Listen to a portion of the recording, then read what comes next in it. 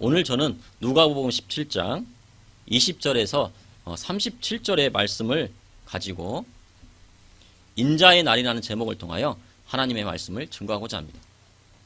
올해는 코로나19로 인하여 많은 신랑 신부들이 결혼을 미루었습니다. 그리하여 8월 출산율은 통계 이래 가장 낮은 수치를 나타내었고 결혼식도 가장 적게 올렸습니다. 요즘 결혼식장에 가보면 식장 안에는 최대 50명 밖에는 들어가지 못합니다. 채플석 한 의자에 한 명씩 앉게 되어 있습니다. 그리고 신랑과 신부, 양가의 부모님 빼고는 다 마스크를 쓰고 있습니다. 또 어떤 경우는 친지들이 사진을 찍을 때 친척들은 다 마스크를 쓰고 찍습니다.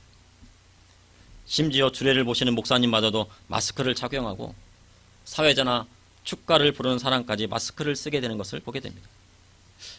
그런데 오히려 저에게는 결혼식장에 갈 일이 많이 생겼습니다. 최근 2주에 한 번은 결혼식장에 가게 되었습니다. 그것은 봄에 결혼식을 치르지 못하고 미루다가 이 가을에 계속 올리게 된 것입니다. 또한 코로나19가 아무리 기승을 부려도 해야 하는 것이 바로 결혼인 것입니다. 그 이유는 결혼식은 그리스도인에게는 신랑 신부가 부모를 떠나 주 안에서 한 몸을 이루는 영적인 비밀이 들어있기 때문입니다. 오늘 본문을 보니 예수님께서 인자의 날에 대하여 구체적으로 말씀하여 주셨습니다. 이 인자의 날이란 무엇이며 그리스도인으로 예수님께서 말씀하신 인자의 날을 어떻게 준비해야 하는지 말씀을 나누고자 합니다. 첫째, 인자의 날은 신부가 신랑을 기다림과 같이 갑자기 임하는 것입니다. 인자는 영어로 Son of Man입니다. 구약 성경의 인자는 사람을 의미하는 경우가 있었습니다. 그러나 신약 성경 복음서에서는 예수님께서 자신을 가리켜 인자라고 하셨습니다. 신약에서 인자는 하나님의 아들, 다윗의 자손, 주라는 용어들과 그리스도를 나타내는 중요한 말 중에 하나입니다. 특별히 다니엘서에는 인자는 메시아를 나타내는 표현으로 사용되었습니다. 다니엘서 7장 13절에서 14절에 내가 또 밤 이상 중에 보았는데 인자 같은 이가 하늘 구름을 타고 와서 옛적부터 항상 계신 자에게 나와 그 앞에 인도되매 그에게 권세와 영광과 나라를 주고 모든 백성과 나라들과 각 방언하는 자들로 그를 섬기게 하였으니 그 권세는 영원한 권세라 옮기지 아니할 것이요 그 나라는 패하지 아니할 것이니라. 인자 같은 이가 인자 같은 이는 바로 하늘 구름을 타고 재림하시는 예수 그리스도를 명확히 말씀하시는 것입니다. 또한 인자는 백성을 대표하는 사람입니다. 첫째 아담이 범죄하여 세상에 죄와 저주가 왔지만 둘째 아담으로 오신 예수 그리스도께서 이 땅에 오심으로 죄와 사망의 법에서 우리를 구원하여 주신 것입니다. 본문에 보니 바리새인들이 하나님의 나라가 어느 때 임하나이까 묻습니다. 바리새인들은 죽은 자의 부활을 믿었기에 하나님의 나라가 언제 임하며 심판의 주가 오시는 날이 언제인지 궁금하였습니다. 그러자 예수님께서는 하나님 나라는 볼 수 있게 하는 것이 아니요 또 여기 있다 저기 있다고도 못하리니 하나님의 나라는 너희 안에 있느니라 말씀하셨습니다. 진정으로 우리가 죽음에 이르러 천국에 가지 않는 이상 하나님 나라를 직접 볼 수는 없는 것입니다. 주님께서 특별 계시로 사도 바울처럼 천국을 환상 중에 볼 수 있게 해주신다면 가능하지만 그렇지 않다면 천국을 이 세상에서 직접 눈으로 볼 수 있는 곳이 아닙니다. 그래서 주님께서는 하나님의 나라가 여기 있다 저기 있다고도 못한다 하시며 하나님의 나라는 너희 안에 있다고 말씀하셨습니다. 진정으로 하나님의 나라는 그리스도인의 마음 가운데 있습니다. 성령님이 계시는 우리 마음이 하나님의 나라인 것입니다. 우리 주님이 계신 곳이 천국이니 예수의 영이 함께하는 곳이 바로 천국으로 바뀌는 것입니다. 그러나 주님은 죽은 자의 부활을 기다리는 바리새인들에게 하나님 나라가 너희 안에 있다 하시면서도 제자들에게는 직접적이고 구체적으로 하나님 나라가 임하는 인자의 날에 대하여 말씀하시고 가르쳐 주셨습니다.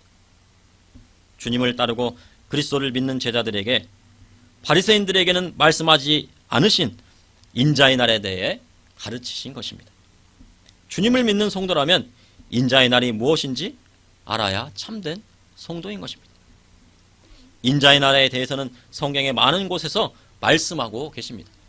그중 특별히 데살로니가전서 4장 16절에서 17절에 주께서 호령과 천사장의 소리와 하나님의 나팔 소리로 치니 하늘로부터 강림하시리니 그리스도 안에서 죽은 자들이 먼저 일어나고 그 후에 우리 살아남은 자들도 그들과 함께 구름 속으로 끌려올려 공중에서 주를 영접하게 하시리니 그리하여 우리가 항상 주와 함께 있으리라. 사도 바울은 교회가 세워진 지 3개월밖에 안 되는 데살로니가 교회에 큰 핍박이 일어나자 성도들에게 소망을 주고자 했습니다. 그리스도인의 소망이 무엇입니까? 주님께서 공중 재림하시는 날 성도가 하늘에 들림받고 천국에서 예수님과 혼인잔치하는 것입니다. 그래서 그리스도인이 신부된 성도는 세상과 구별되는 순결을 지키기 위해 목숨을 바치는 것입니다. 목숨을 거는 것입니다. 누가복음 17장 22절에서 24절에 또 제자들에게 이르시되 때가 이르니 너희가 인자의 날 하루를 보고자 하되 보지 못하리라. 사람이 너희에게 말하되 보라 저기 있다 보라 여기 있다 하리라. 그러나 너희는 가지도 말고 따르지도 말라. 주님 오시는 날이 가까이 오면 인자가 저기 있다 여기 있다 라고 하며 미혹하는 시대가 옵니다. 이 시대에도 많은 사람이 자신이 차칭 예수라 하는 이가 수도 없습니다. 그러나 주님께서 그들에게 가지도 말고 따르지도 말라고 당부하셨습니다.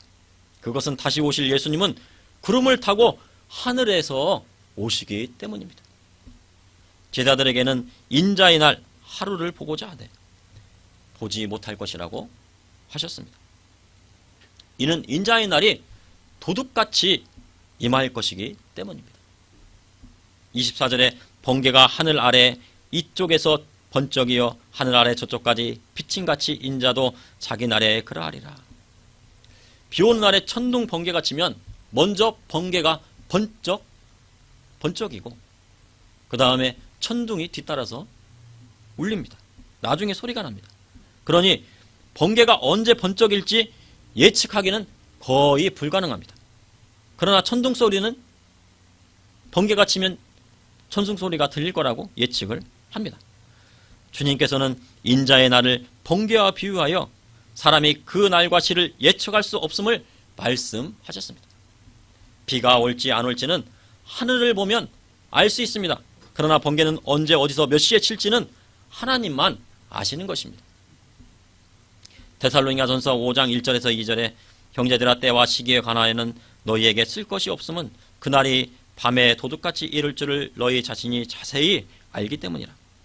그러므로 때와 시기를 정확히 알아맞히려는 것은 성도들에게 무익한 것입니다. 그것은 그날이 도둑같이 오기 때문입니다. 알 수 없는 것을 알려 하면 그것은 힘만 빠지고 유익이 없는 소모적인 것입니다. 교회 내에서 이러한 논쟁을 하는 것은 아무 유익이 없습니다. 인자의 날은 혼인 약속을 받고 신랑을 기다리는 신부의 모습과도 같습니다. 유대인들의 결혼은 우리나라와 같이 양가 부모님의 허락을 받고 그 허락하에서 이루어지는 것은 비슷하지만 진행 과정은 좀 다른 면이 있습니다. 양가 부모님이 어렸을 적에 서로의 가문을 보고 서로 맺어줄 것을 약속합니다. 서로 잘 아는 사이기에 그 신랑과 신부가 어떻게 자라는지 지켜봅니다. 그러다가 성인이 되고 결혼할 때가 되면 그때의 약속을 상기시키고 그것이 유효하다면 약혼을 하게 됩니다. 그리고 신부는 집에서 결혼식에 쓸 예복을 준비하고 신랑이 오기만을 기다립니다. 근데 신랑이 언제 올지 1년이 될지 2년이 될지 모릅니다. 신랑은 신부와 같이 할 신방 즉 처소를 예비해 놓습니다. 모든 것이 준비가 되면 신랑의 아버지가 결혼식 날을 잡습니다. 그리고 신랑을 대동하여 신부를 데리러 갑니다. 그런데 신부는 신랑이 그리고 시아버지가 언제 올지 알 수가 없습니다. 그것은 신랑 아버지만 알기 때문입니다. 신랑 아버지가 그 날과 시를 정하기 때문에 누구도 알지 못하는 것입니다. 그래서 신부는 항상 결혼식에 이를 때까지 순결을 지키고 신랑이 오기만을 기다리는 것입니다. 그리고 신랑이 와서 신부를 데리고 가면 신랑 집에서 7일간 성대한 결혼잔치가 시작되게 되는 것입니다. 동정녀 마리아도 마찬가지였습니다. 약혼하였는데 남편 된 요셉은 결혼식도 안 올린 처녀가 임신하였다는 소문이 들리니 조용히 끊고자 했습니다. 그러나 요셉이 주의 천사로부터 마리아는 성령으로 잉태됨을 알게 되고 마리아를 데려와서 아들을 낳기까지 동침하지 아니하였습니다. 우리의 신랑 되실 예수님은 어느 때 오시는지 아는 이가 없습니다. 항상 깨어 예복을 준비하고 기름을 준비하여 신랑이 오기를 기다리는 자가 복된 것입니다. 인자의 날은 세상 사람들에게 슬프고 두려운 날이지만 그리스도의 신부된 자에게는 축복의 날이 되는 것입니다. 그러므로 인자의 날은 순결한 신부가 신랑을 기다린 같이 갑자기 임하는 것입니다. 둘째, 인자의 날은 거룩한 그리스도인을 하늘로 이끌어 천국 혼인잔치 하는 날인 것입니다. 주님은 인자의 날을 이르기 전에 그리스도가 먼저 고난을 받아야 함을 말씀하셨습니다. 누가복음 17장 25절에 그러나 그가 먼저 많은 고난을 받으며 이 세대에 버림바 되어야 할지니라. 2000년 전에 이 땅에 오신 메시아는 자기 백성을 위하여 고난받고 그들의 죄를 사하기 위하여 십자가에 달려 돌아가셨습니다. 희생 제물이 되셨습니다. 마태복음 2장 21절에 아들을 낳으리니 이름을 예수라 하라. 이는 그가 자기 백성을 그들의 죄에서 구원할 자이심이라 하니라. 예수님께서는 십자가 지심으로 자기 백성을 그들의 죄에서 구원하여 주시기 위해 오신 것입니다. 유대인의 신랑이 신부를 데려오기 위해서는 지창금을 준비했습니다. 많은 지창금을 준비해야 했습니다. 지창금 없이는요 아내를 맞이할 수 없었습니다. 야곱은 지창금이 없어 나엘을 얻기 위해 14년을 외삼촌의 집에서 죽도록 이겨냈습니다. 그래서 라헬뿐만 아니고 레아까지 얻었습니다. 예수님께서는 그리스도인을 신부 삼기 위해 자신의 몸을 십자가의 대성물로 내놓으신 것입니다. 여러분 아내를 얻기 위해 목숨을 걸어보신 분이 계십니까?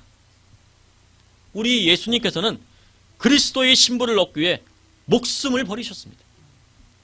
그리고 그 백성을 영원한 나라 천국의 백성 삼기 위해 큰 대가를 치르셨습니다.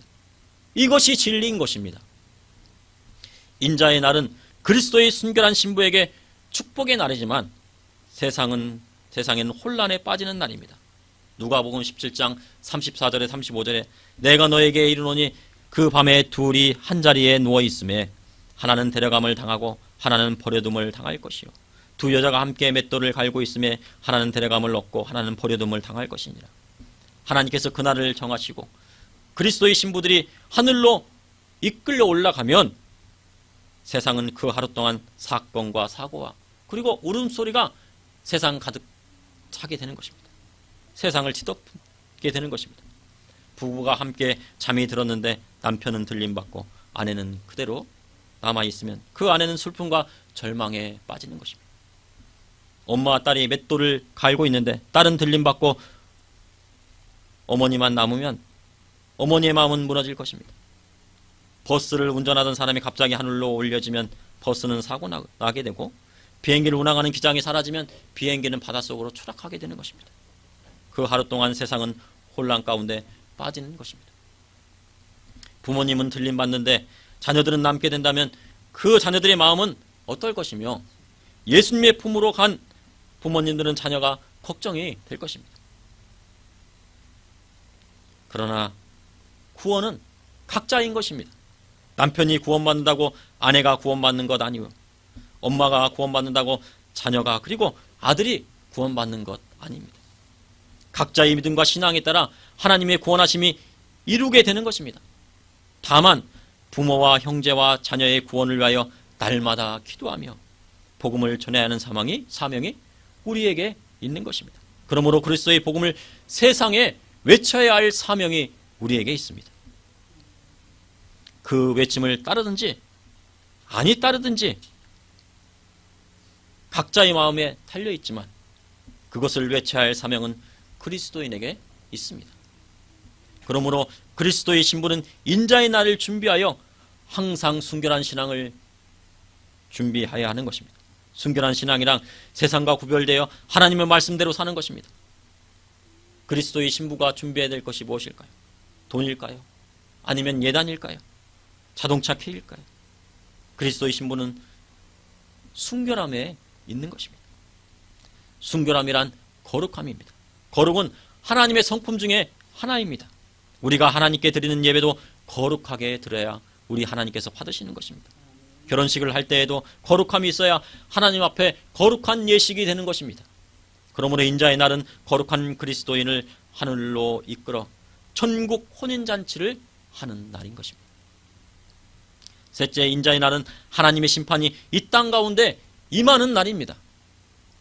요한계시록 1장 7절에 볼지어다 그가 구름을 타고 오시리라. 각 사람의 눈이 그를 보겠고 그를 찌는 자들도 볼 것이요 땅에 있는 모든 족속들이 그로 말미암아 애곡하리니 그러하리라. 아멘. 예수님께서 공중 재림하실 때 세상의 모든 족속들이 그것을 보고 애곡하고 통공하는 날인 것입니다. 인자의 날은 노아의 홍수 때와 같다고 주님 말씀하셨습니다. 노아가 방주에 들어가는 날까지 세상 사람들은 먹고 마시고 장가가고 시집갔습니다. 창조 과학자들은 아담에서 노아까지 총 인구수가 10억 명에서 많게는 100억 명에 이를 것으로 추정합니다. 그런데 노아의 방주에 들어간 사람은 고작 8명에 불과했습니다. 나머지 많은 사람은 하나님의 대홍수 심판을 받게 된 것입니다. 주님께서 인자의 날은 롯의 때와 같다고 말씀하셨습니다. 그때도 노아의 때와 마찬가지로 세상 사람들이 먹고 마시고 사고 팔고 심고 집을 지었습니다. 그러나 롯이 이 소돔 땅을 떠나는 그날에 하늘에서 불과 유황이 피오듯이 하여 소돔과 고모라는 완전히 멸망하고 말았습니다. 누가복음 17장 37절에 오늘 본문의 마지막 절에 끝절에 그들이 대답하여 이르되 주여 어디 오니이까 이르시되 죽음이 있는 곳에는 독수리가 모이느니라 하시니라. 7년 대환란에는 큰 전쟁이 있습니다. 전쟁이 있는 곳에는 화약의 냄새가 납니다. 독수리들은 그 화약 냄새를 정말 좋아한다고 합니다. 그래서 수많은 독수리들이 모이게 되는 것입니다.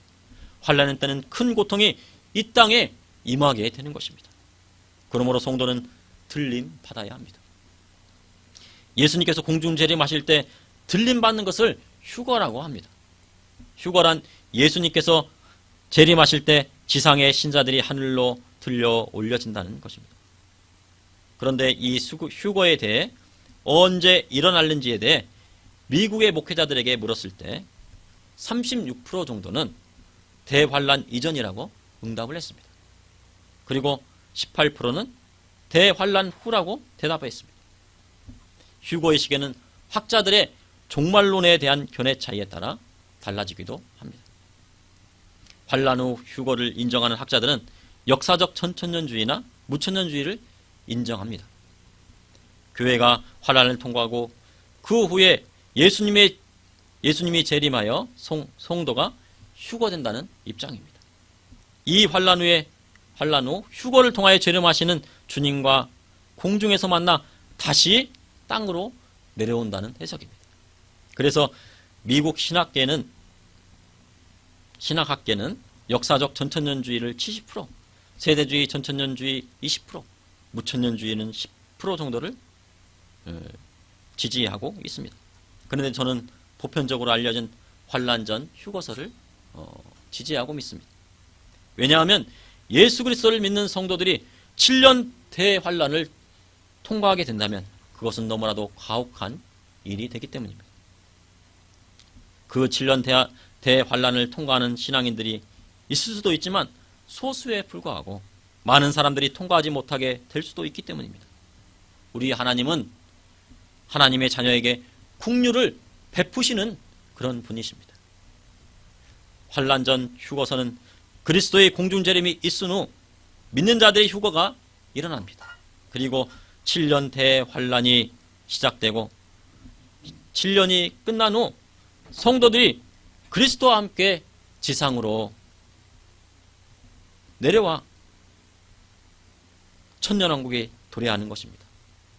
그리고 천년왕국이 끝이 나면 잠시 사단이 그 옥에서 풀려납니다. 이때 마지막 이 세상의 전쟁인 곡과 마곡의 전쟁이 일어나게 됩니다. 이 전쟁이 끝난 후에 사단은 완전히 패망하게 되는 것입니다. 그리고 백보자 심판이 있습니다. 죽은 자들이 그 행위대로 심판을 받고 둘째 사망을 받습니다. 이것은 불신자들이 받게 되는 심판인 것입니다. 그 심판 후에는 영원한 불못에 빠지게 되는 것입니다. 요한계시록 21장에 믿는 자들은 새 하늘과 새 땅, 즉 거룩한 새 예루살렘 성에서 우리 주님과 함께 영원히 거하게 될 것을 말씀하고 계십니다. 그곳에서 우리 주님 고난받았던 성도들의 눈물을 하나하나 닦아주시고, 그리고 사망이 없고 애통이 없고 곡하는 것도 없고 아픈 것이 없는 영원한 천국에서 살게 되는 것입니다.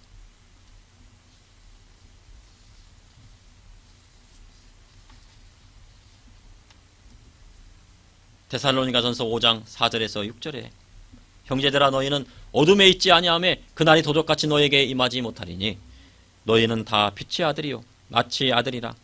우리가 밤이나 어둠에 속하지 아니하나니 그러므로 우리는 다른 이들과 같이 자지 말고 오직 깨어 정신을 차릴지니라. 주님 오실 날이 가까이 오고 있습니다. 이스라엘 예루살렘에 제3성전이 세워지고 거룩한 곳에 멸망에 가증한 것이 서는 것을 보게 되면 주님 오실 날이 가까이 오는 것을 우리가 깨닫게 되는 것입니다. 우리 성도들이 항상 깨어 정신을 차려 거룩한 그리스도의 신부로 이 세상을 살아간다면 인자의 날은 성도가 그렇게 고대하던 우리 예수님과 천국 혼인잔치를 하는 날로 바뀌게 되는 것입니다. 주님 언제 오실는지, 내가 이 세상을 떠나고 오실는지, 아니면 살아있을 때 오실는지 알 수 없지만 항상 순결한 그리스도의 신부로 준비하고 있으면 데살로니가전서 5장 4절의 말씀과 같이 도둑같이 임하지 못하는 것입니다. 그러므로 항상 깨어 신랑 되신 주님 만날 준비를 하십시오. 항상 준비하면 주님 만나게 되는 것입니다. 들림받게 되는 것입니다. 그것이 우리를 향하신 주님의 뜻인 것입니다.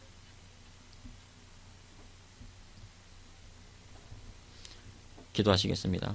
주님, 오늘도 이 예배를 주님 앞에 우리 하나님께 드리게 하여 주심을 감사합니다. 주님, 오늘 말씀을 통하여서 주님 예수 그리스도의 공중 재림에 대해서 배웠습니다. 또한 인자에 대하여 또한 깨닫게 되었습니다. 주님, 우리가 주님의 다시 오심을 준비하는 저와 우리 성도님이 되게 하여 주시고, 또한 이 말씀을 통하여 또한 깨닫게 하여 주시고, 또한 우리가 순결한 그리스도의 신부가 되어 마지막 때 거룩하게 하나님 앞에 나아가며 거룩한 예배를 드리며 또한 주님만을 붙들고 살아가는 성도들이 될 수 있도록 인도하여 주시옵소서. 주님, 우리의 소망을 이 땅에 두지 아니하고 하나님의 나라 또한 우리 주님께 두며 우리 하나님께 둘 수 있도록 인도하여 주시옵소서. 그리고 마지막 때 더욱더 복음을 증거하여서 믿지 않는 부모님, 믿지 않는 형제, 믿지 않는 이웃에게 복음을 당대히 증거하고 땅끝까지 이르러 내 증인이 되는 주님의 그 말씀을 붙들고 나아갈 수 있는 신앙인이 되게 하여 주시옵소서. 예수님의 이름으로 기도합나이다. 아멘.